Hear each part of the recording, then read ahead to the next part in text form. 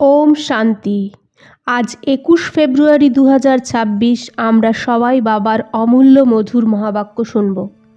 ওম শান্তি। মিষ্টি বাচ্চারা, তোমরা বাবার কাছে এসেছো নিজেদের ঘুমিয়ে থাকা ভাগ্যকে জাগাতে।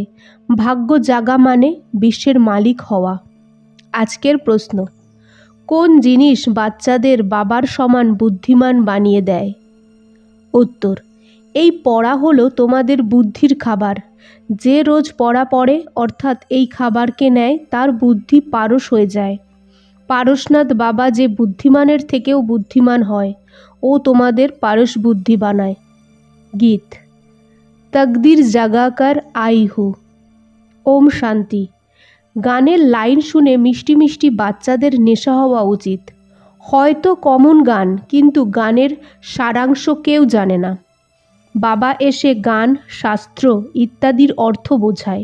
মিষ্টি মিষ্টি বাচ্চারা এটাও জানে না যে কলিযুগে সবার ভাগ্য শুয়ে আছে, সত্যযুগে সবার ভাগ্য জেগে যায়।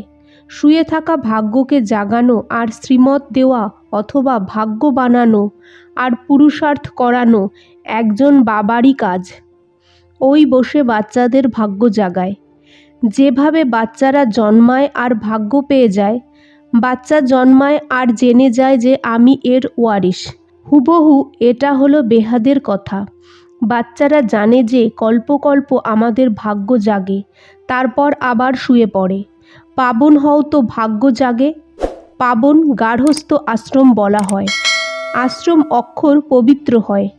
পবিত্র গৃহস্থ আশ্রম, এর এগেনস্ট হয় অপবিত্র পতিত গৃহস্থ ধর্ম। আশ্রম বলা যাবে না। গৃহস্থ ধর্ম তো সবার হয়, জানোয়ারদেরও হয়। বাচ্চা তো সবারই জন্মায়, জানোয়ারদেরও বলা হবে গৃহস্থ ধর্মে আছে। এখন বাচ্চারা জানে আমরা স্বর্গে পবিত্র গৃহস্থ আশ্রমে ছিলাম, দেবী দেবতা ছিলাম, ওনাদের মহিমাও গাওয়া হয়। সর্বগুণ সম্পন্ন, 16 কলা সম্পূর্ণ। তোমরা বোঝো যে এখন আবার আমরা মানুষ থেকে দেবতা হচ্ছি। ব্রহ্মা বিষ্ণু শঙ্করকেও দেবতা বলা হয়। ব্রহ্মা দেবতায় নমঃ, তারপর বলে শিব পরমাত্মায় নমঃ। এখন এর অর্থও তোমরা জানো। ওরা তো অন্ধশ্রদ্ধায় শুধু বলে দেয়, শিব আর শঙ্করকে এক বলা যাবে না। তোমরা জানো আমরা পাথর বুদ্ধি ছিলাম, এখন পারস বুদ্ধি হচ্ছি। দেবতাদের তো পাথর বুদ্ধি বলা যাবে না। আবার ড্রামা অনুসারে রাবণ রাজ্যে সিঁড়ি নিচে নামতে থাকে। পারস বুদ্ধি থেকে পাথর বুদ্ধি হতে থাকে। সব থেকে বুদ্ধিমান তো এক বাবা হয়। এখন তোমাদের বুদ্ধিতে দম নেই। বাবা বসে আমাদের পারস বুদ্ধি বানায়। তোমরা এখানে এসেছই পারস বুদ্ধি হতে। পারসনাথেরও মন্দির আছে, ওখানে মেলা হয়, কিন্তু এটা কেউ জানে না যে পারসনাথ কে। বাস্তবে পারস বানায় এক বাবা। ও হলো বুদ্ধি, বুদ্ধিমানের বুদ্ধি। এই জ্ঞান হলো তোমাদের বাচ্চাদের বুদ্ধির খাবার। এত বুদ্ধি কত পরিবর্তন হয়ে যায়। এই দুনিয়া হলো কাটার জঙ্গল, কত একে অপরকে দুঃখ দেয়। এখন হলো তমপ্রধান নরক। বেহাদের বাবা তোমাদের বুদ্ধির খাবার দিচ্ছে। একে জ্ঞান অমৃত বলা হয়। এটা কোনো জল নয়। আজকাল সব কিছুকেই অমৃত বলে দেয়। গঙ্গা জলকেও অমৃত বলে দেয়। দেবতাদের পা ধুয়ে জল রাখে তো ওকেও অমৃত বলে দেয়। এখন এটাও বুদ্ধি দিয়ে বোঝার ব্যাপার, তাই না? গঙ্গা জলকে বলা হয় পতিত পাবনী। বলে যে মানুষ যখন মরে যায় গঙ্গা জল যেন মুখে থাকে। বাস্তবে সবার সদ্গতিদাতা এক বাবা হয়, যে সবাইকে সাথে নিয়ে যায়। বাবা ছাড়া কেউ নিয়ে যেতে পারবে না। ব্রহ্মায় লীন হওয়ার ব্যাপার হয় না, এটা নাটক বানানো হয়েছে। সৃষ্টির চক্র অনাদি ফিরতেই থাকে।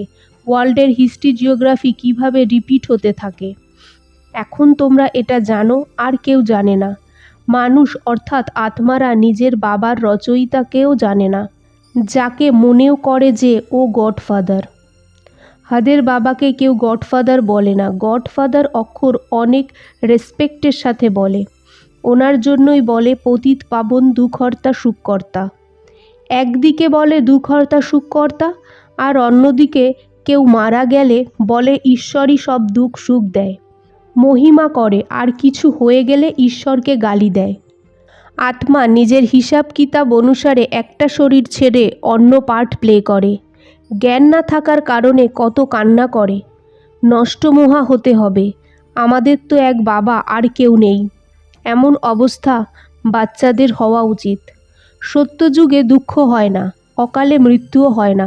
তোমরা বাচ্চারা জানো আমরা এখন কালের উপর জিত পাই। বাবাকে মহাকালও বলা হয়। কালের কাল। তোমাদের কালের উপর জিত পাওয়ায়, অর্থাৎ কাল কখনো খায় না। কাল আত্মাকে তো খায় না। আত্মা একটা শরীর ছেড়ে আর একটা নেয়। একে বলা হয় কাল খেয়ে নিয়েছে। কাল কোনো জিনিস নয়। মানুষ কিছুই বোঝে না।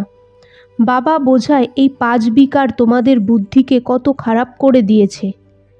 এই সারা দুনিয়া হলো বাবার ঘর। বাবা সারা দুনিয়ার বাচ্চাদের পতীত থেকে পাবন বানাতে আসে। অর্ধেক কল্প পাবন দুনিয়া ছিল, এখন জ্ঞানের সাগর বাবা এসে আমাদের জ্ঞান দেয়। এটা তো পতীত দুনিয়া, তাই না? তোমরা বাচ্চারা জানো শিব বাবার মধ্যেই সারা জ্ঞান আছে। এখন কোনো দেহধারীকে দেখো না। শিব বাবা সামনে বসে আছে। আত্মাকে জানা গেছে, পরমাত্মাকেও জানা গেছে। বলে যে আমি তোমাদের আত্মাদের বাবা। আত্মাকে রিয়েলাইজ করা যায়, দেখা যায় না। বাবা বলে এখন তোমরা নিজেদের আত্মাকে রিয়েলাইজ করেছো। এত ছোট অবিনাশী আত্মার মধ্যে অবিনাশী পার্ট ভরা আছে। মনে হয় যেন একটা রেকর্ড। তোমরা জানো আমরা আত্মারাই শরীর ধারণ করি। প্রথমে তোমরা দেহ অভিমানী ছিলে, এখন দেহি অভিমানী হয়েছ। তোমরা জানো আমরা আত্মারা 84 জন্ম নেই। এদের এন্ড হয় না। এই ড্রামা হলো অনাদি, কখনো বিনাশ হয় না। একে বলা হয় বানানো অবিনাশী ওয়ার্ল্ড ড্রামা। তো বাবা বসে বাচ্চাদের বোঝায়, যেমন না পড়া বাচ্চাদের বোঝানো হয় আত্মাই শরীরে থাকে। এটা হলো পাথর বুদ্ধিদের জন্য খাবার। বুদ্ধি এই জ্ঞানের দ্বারাই বোঝে। বাবা বলে আমি এই ব্রহ্মা বাবার শরীরে প্রবেশ করে ওনার দ্বারাই তোমাদের বোঝাই, তোমাদের নিজের বানাই, তোমাদের বোঝাই। এনার অনেক জন্মের শেষে আসি। ইনি 5 বিকারের সন্ন্যাস করে।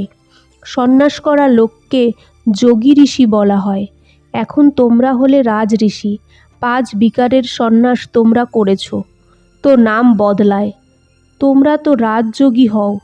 তোমরা প্রতিজ্ঞা করো এই সন্ন্যাসী লোকেরা তো ঘর ছেড়ে জঙ্গলে চলে যায়।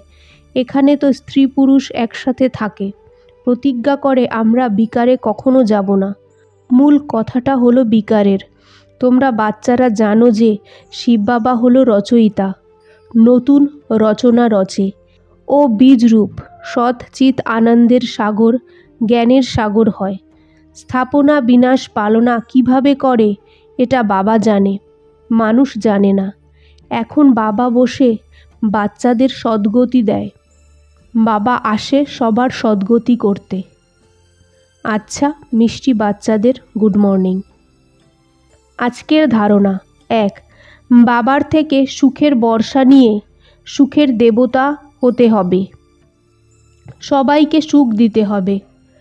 রাজঋষি হওয়ার জন্য সব বিকারের সন্ন্যাস করতে হবে। 2, পড়াই সত্যিকারের খাবার। সদ্গতির জন্য জানাশোনা কথা ছেড়ে শ্রীমতে চলতে হবে। এক বাবার থেকেই শুনতে হবে, মোহজিদ হতে হবে। আজকের বাপদাদার মধুর বরদান, নিজের আসল সংস্কারকে ইমার্জ করে সদা হাসি খুশি থাকার বাচ্চারা জ্ঞান স্বরূপ ভব। যে বাচ্চারা জ্ঞানের সিমিরন করে তার স্বরূপ হয় সদা হর্ষিত থাকে। সদা হর্ষিত থাকা এটাই ব্রাহ্মণ জীবনের আসল সংস্কার। দিব্যগুণ নিজের জিনিস, অবগুণ মায়ার জিনিস।